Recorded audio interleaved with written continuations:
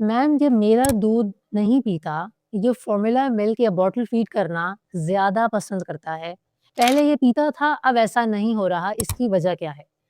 यहाँ पे कुछ कंडीशंस हैं, जिसके ऊपर ये मामला डिपेंड कर रहा होता है। पहली बात ये कि आपने फ़ॉर्मूला मिल्क कब से देना स्टार्ट किया? दूसरी बात, आप कितनी मिकदार में फ़ॉर्मूला मिल्क उसे दे रहे हैं, कितनी बॉटल्स और हर बॉटल कितने आउंस की होती है? आपकी बेबी की इस वक़्त ऐज क्या है? क्या आपके बेबी को फ्लू, लूज़ स्टूल्स, टीथिंग का फेज़, ग्रोथ स्पर्ट इनमें से कोई चीज़ है कि नहीं है? ये तमाम चीज़ें बताती हैं बेबी के बिहेवियर के बारे में कि आखिर ये चीज़ क्यों हुई? हम इन तमाम चीज़ों को डिस्कस करते हैं। मेरा नाम है डॉक्टर हिना बेग, मैं एक पाकिस्तानी मेडिकल डॉक्टर हूँ। अगर आपको ब्रेस्ट फीडिंग की हकीकत समझनी है कि आखिर ये किस तरीके से चलती है, शुरू का फ़ेज़ 1.5 से 2 महीने का, आखिर क्यों इतना मुश्किल है, रीज़न क्या है, तो ऊपर एक वीडियो आपको शो करा रही हूँ, उसको लाज़मी गो थ्रू कीजिए। पहली कंडीशन पे बात कर लेती हूँ कि आप आखिर कितनी फ़ॉर्मूला मिल्क की बॉटल्स बेबी को दे रही हैं। अगर आप पूरे दिन में 1 से 2 बॉटल्स देती हैं और आपके बेबी की एज मुश्किल से 1 से 3 महीने के दरमियान में है, तो 20 से 30 दिन के अंदर 20 टू 30 डेज़ के अंदर-अंदर उसका ये लूप टूटना शुरू हो जाएगा। क्या होता है ये? जब भी बेबी लैच करता है मदर से यानी उसके सीने से जब लगता है, तो ब्रेन में सिग्नल्स जाते हैं और वो मिल्क प्रोड्यूस करने का हार्मोन आपके ब्रेस्ट पे ये मैसेज देता है कि आपने मिल्क प्रोड्यूस करना है। जब मिल्क प्रोडक्शन स्टार्ट हो जाती है, तो बेबी दूध पीना शुरू कर देता है। ये बिल्कुल एक सप्लाई फैक्ट्री की तरह होता है। डिमांड आपने किया तो सप्लाई होगा। पहले से मिल्क बॉटल की तरह 3 से 4 आउंसेस दूध नहीं रह रहा होता। इनिशियल डेज़ की बात कर रही हूँ मैं। आपने फ़ॉर्मूला मिल्क दिया, बीच में 2 घंटे का गैप आ गया। एक वो लूप जो बार-बार सिग्नल्स दे रहा था कि बेबी लैच कर रहा है, ब्रेन में मैसेज जा रहा है, मिल्क सप्लाई हो रही है। ये लूप आहिस्ता-आहिस्ता टूटना शुरू हो जाता है क्योंकि ब्रेन को ये मैसेज जाता रहता है कि अब ये उस तरीके से मुझे सिग्नल्स नहीं आ रहे जैसे पहले आ रहे थे। तो जब सिग्नल्स ही नहीं जाएँगे तो मिल्क सप्लाई धीरे-धीरे, धीरे-धीरे साइलेंटली खत्म होना शुरू हो जाती है। तकरीबन महीना लग जाता है मोस्टली केसेज़ में जो मेरे पास आते हैं और फिर मिल्क सप्लाई कम, जो बेबी अभी सिर्फ़ 30% फ़ॉर्मूला मिल्क पे था, 50% पे जाएगा, 60-70 एट द एंड खत्म। ये एक रीज़न है, जिसकी वजह से बच्चे इस तरफ जाते हैं। आप अगर सिर्फ़ 1 बॉटल रात में देती हैं, तो कुछ चांस है कि बेबी बहुत लंबे अरसे के लिए मिक्स्ड फीडिंग पे चलेगा, ब्रेस्ट फीडिंग पे ज़्यादा रहेगा। अब मदर्स ये कहती हैं, जो मेरे पास कंसल्टेशंस आती हैं, कि शुरू में मैम नहीं आ रहा था मिल्क। शुरू में नहीं आ रहा था इसलिए डॉक्टर्स ने खुद ही लगाया है, उसके बाद आना शुरू हुआ कोई 5वें दिन, छठे दिन क्योंकि मेरा सीज़र हुआ है। एक बात आप लोग समझ लीजिए अगर आपका पहला बच्चा है तो 5वें दिन से ही दूध आता है, चाहे आप नॉर्मल बच्चा करें, चाहे आप सिज़ेरियन करें। This is not an excuse इसके पीछे कोई साइंस नहीं है।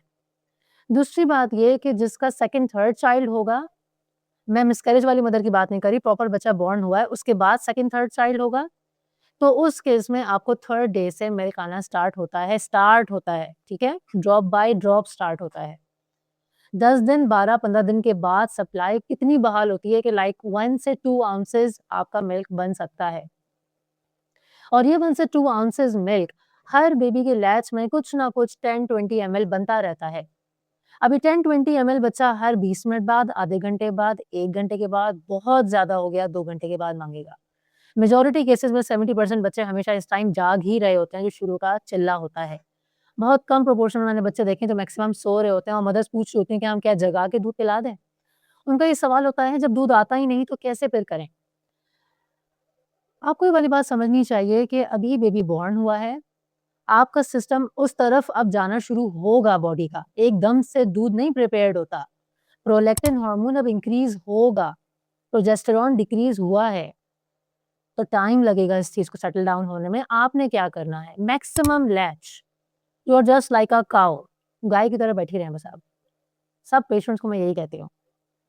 आपने 50, 60, 70, 80 टाइम्स लैच करना है। हर टाइम आप लैच ही करती रहेंगी। जितना मैक्सिमम लैच आप करेंगी उतनी प्रोडक्शन इंक्रीज़ होगी, उसके चांसेस बढ़ेंगे। अगर आप आगे-पीछे वाले लोगों की तरह आपको बहुत प्रेशर मिलता है। किसी की सास कह रही होती है, किसी की जेठानी कह रही होती है और स्पेसिफिकली जो मसला आता है, अगर आपके बेबी के साथ कोई और एक और खातून का भी बेबी हो जाए आपकी ही फैमिली में जेठानी का, देवरानी का, तो वो कंपैरिज़न जो चलता है, उससे मदर बहुत ज़्यादा परेशान होती है, जो मेरे पास केसेज़ आते हैं।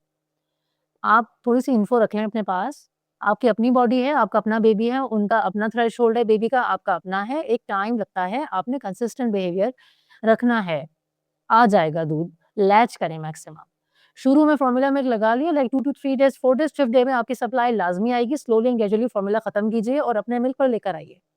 ये हो गई एक कंडीशन का हल। अब बात यहाँ पे ये है कि देखिए, थोड़ी-सी साइंस समझिए। शुरू की डेज़ इतने मुश्किल क्यों हैं, उसके रीज़न 2 से 3 हैं और बहुत मेजर हैं। आप खुद सुनेंगे तो आप लोग दंग रह जाएँगे। आपके बेबी के स्टमक का साइज़ छोटा है, आपकी सप्लाई शुरू में कुछ नहीं पता कम आ रही है कि ज़्यादा आ रही है, डिपेंड करता है हर मदर के ऊपर। आपकी डाइट कितनी है, इस बात पे डिपेंड कर रहा होता है। आप खुद सोचिए, जब बेबी आपके पेट के अंदर था, वूम में था, तो उस टाइम पे एक अवरनाल होती है जो जो उसकी नाभ से कनेक्टेड होती है। वो मुसलसल उसको साँस भी दे रही होती है, उसको खाना भी देती है, उसका यूरिन और उसका स्टूल भी वही करवा रही होती है। जब ये तीनों चीज़ें 9 महीने के बाद कट हो जाएँगी, तो बेबी को मुसलसल मिलने वाला खाना भी रुक जाता है। एक पाइपलाइन है जो कि मुसलसल उसको खाना दे रही थी, मुसलसल उसको दूध दे रही थी, आप लोगों को ईज़ी ज़बान में समझा रही हूँ।